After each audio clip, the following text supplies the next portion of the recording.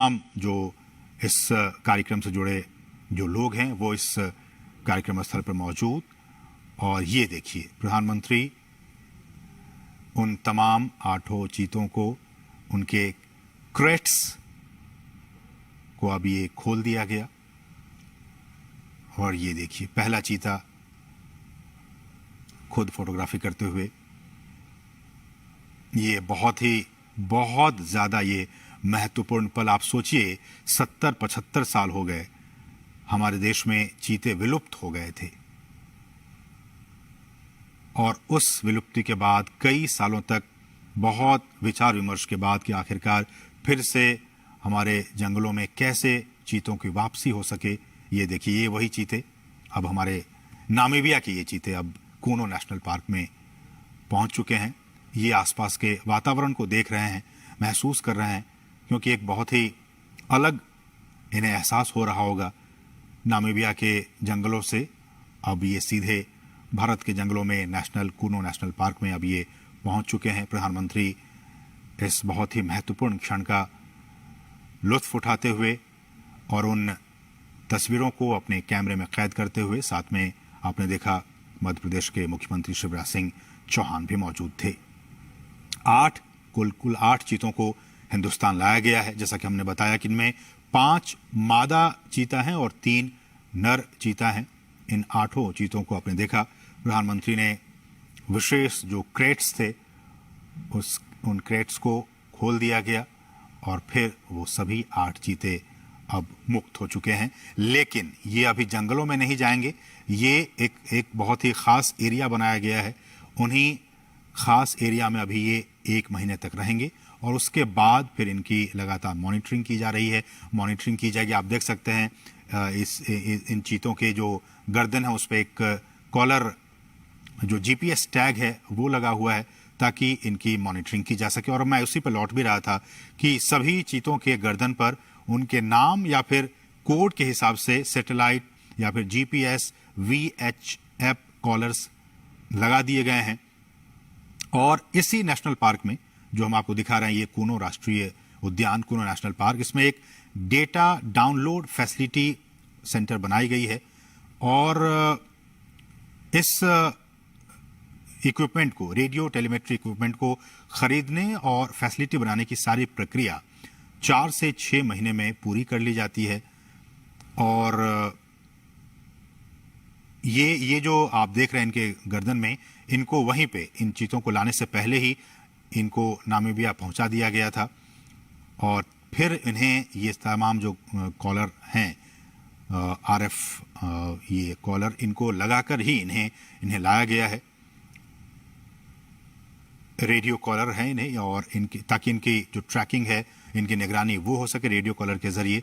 और फिर इन्हें हम जैसे कि बता रहे हैं कि इनको आइसोलेशन में रखा जाएगा, और फिर इन्हें जंगलों में मुक्त किया जाएगा। तो ये कुछ अहम बातें हमने आपको बताई कि किस तरह से वहां पे इन्हें पकड़ा गया, और फिर उनके बाद उनको जो तमाम रूल्स एंड रेगुलेशंस हैं उनके जरिए इन 8 चीतों को भारत लाया गया है। 70 साल पहले हमारे देश में बहुत सारे चीते हुआ करते थे, लेकिन किन्हीं न किन्हीं वजहों से वो सारे विलुप्त होते चले गए। कुछ अवैध शिकारियों के शिकार बन गए। एक भी हमारे देश में चीता नहीं बचा। लेकिन सरकार लगातार कई सालों से प्रयास कर रही थी कि हम जो है वो इन चीतों को वापस से एक बार फिर से लाएं, चूंकि पारिस्थितिकी तंत्र भारत का भी बहुत बेहतर है। और जैसे कि हमने कहा कि नामीबिया के जो वैज्ञानिक थे वो महीनों तक यहाँ पे आते रहे, जाते रहे, और यहाँ का जो भूवैज्ञानिक स्थिति है, यहाँ की जो जलवायु है, उनका उन्होंने अध्ययन किया। और अध्ययन करने के बाद ही वो इस नतीजे पर पहुंचे कि इन तमाम चीतों को मध्य प्रदेश में जो कूनो नेशनल पार्क है, वहाँ की जो स्थिति है, परिस्थिति है, जलवायु है, उसके हिसाब से छोड़ना ज़्यादा उचित होगा। तो उसके बाद ही ये फैसला लिया गया। और हमने आपको बताया कि इन तमाम चीतों के गर्दन में रेडियो कॉलर लगे हुए हैं, ताकि इनकी मॉनिटरिंग की जा सके। और विशेष हमने बताया कि आपको चिनूक हेलीकॉप्टर के जरिए इनको यहाँ पे लाया गया। और प्रधानमंत्री मोदी, आप देख सकते हैं, इनको विशेष जो क्रेट्स थे उनको खोलकर, और प्रधानमंत्री ने इनको खुद वहाँ मुक्त किया। वो वहाँ पे अब विचरण कर रहे हैं। जो चीता प्रोजेक्ट है, अगर मैं इसकी बात करूं, ये भी बहुत महत्वपूर्ण है आपके लिए जानना कि किस तरह से भारत में चीतों को एक बार फिर से बसाने की यहाँ पे कार्य योजना बनाई गई। और इस योजना के तहत 5 साल में देश के कई नेशनल पार्क में ऐसी उम्मीद की जा रही है, जो हमारे वैज्ञानिक हैं, जीव वैज्ञानिक हैं, उनकी तरफ से ये कहा जा रहा है कि अगर ये ट्रांसलोकेशन और यहाँ पे ये सारी चीजें सही अनुमान के मुताबिक, प्लानिंग के हिसाब से सब कुछ ठीक रहा, तो आने वाले 5 से 10 साल में इनके जरिए और भी जो बच्चे होंगे उनको ऐसे उम्मीद की जा रही है कि 40 से 50 चीते पैदा होंगे और फिर उनको देश के अलग अलग नेशनल पार्क में फिर उन्हें बसाया जाएगा। बहुत ही महत्वपूर्ण। अभी तो सिर्फ ये 8 चीते कूनो नेशनल पार्क में आए हैं, लेकिन इनके बाद इनकी जब आबादी बढ़ेगी, ऐसी उम्मीद की जा रही है कि 40 से 50 के तादाद में इनकी आबादी होगी आने वाले 5 सालों में। तो उसके बाद इनको फिर देश के अलग अलग नेशनल पार्क में फिर इन चीतों को बसाने का काम किया जाएगा। और इस कार्य योजना के जरिए, जैसा कि हम कह रहे हैं कि भारत एक बार फिर दुनिया के सबसे तेज रफ्तार वाले जानवर चीता का घर अब बनने जा रहा है। और भारत सरकार ने चीतों को फिर से देश के जंगलों में लाने का काम किया है, बहुत ही महत्वपूर्ण काम किया है। और प्रधानमंत्री, जैसा कि आप देख सकते हैं, कितने उत्साहित हैं, खुद कैमरे के जरिए उन तस्वीरों को कैद करने की कोशिश कर रहे हैं। प्रधानमंत्री खुद भी चीतों को देश में लाने और इसे बसाने में निजी, बिल्कुल पर्सनल लेवल पे निजी रुचि दिखा रहे थे। और उसी का नतीजा है कि आज ये 8 चीते अब हिंदुस्तान की सरजमी पर पहुंच चुके हैं। ये हम आपको बताएं, चीता आपने भी देखा होगा तमाम टेलीविजनों के जरिए, नेशनल ज्योग्राफिक पे, एनिमल प्लैनेट चैनल पे, कि किस तरह से ये जंगलों में रहता है और ये एक मांसाहारी जानवर होता है। भारत से इसका लगभग 70-75 साल पहले खात्मा हो गया था।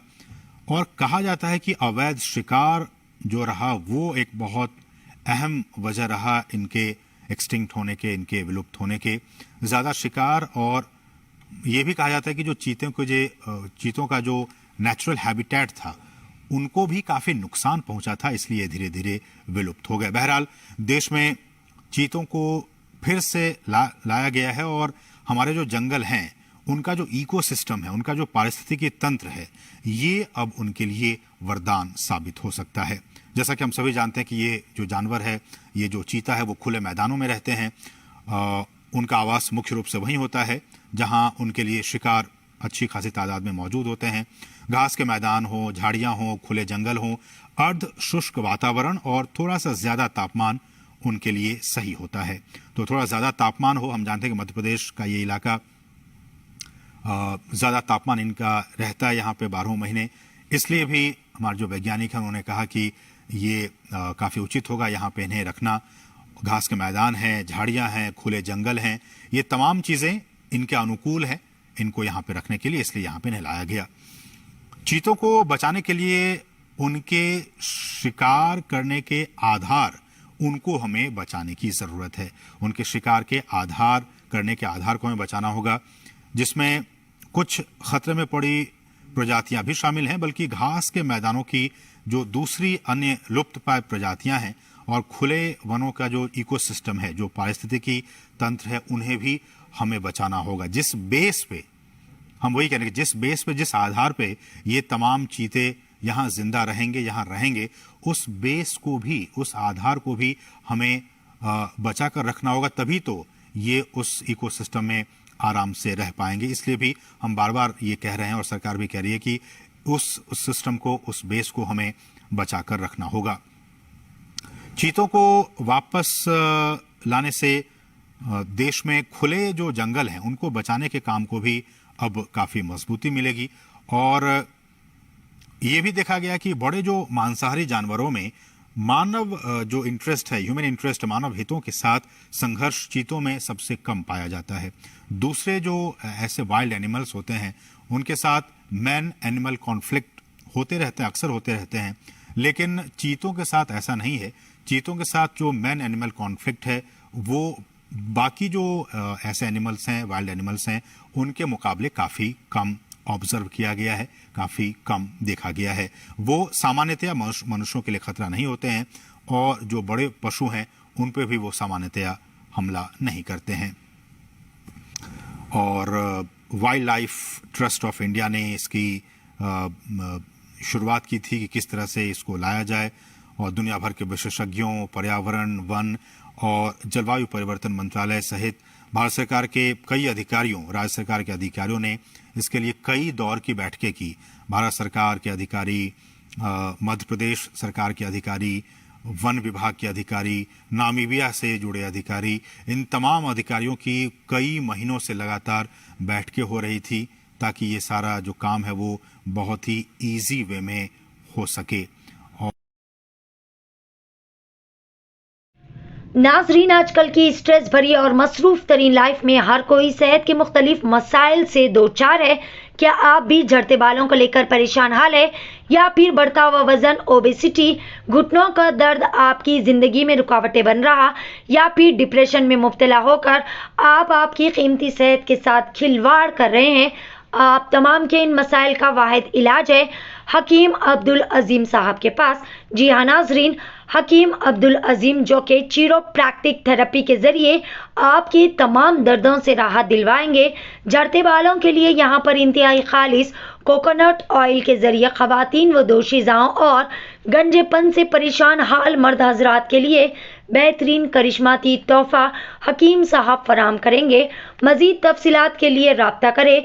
हमारा पता है शाहीन नगर नियर ओपासी मंदिर हैदराबाद, या फिर दिए गए इस नंबर पर कांटेक्ट किया जा सकता है।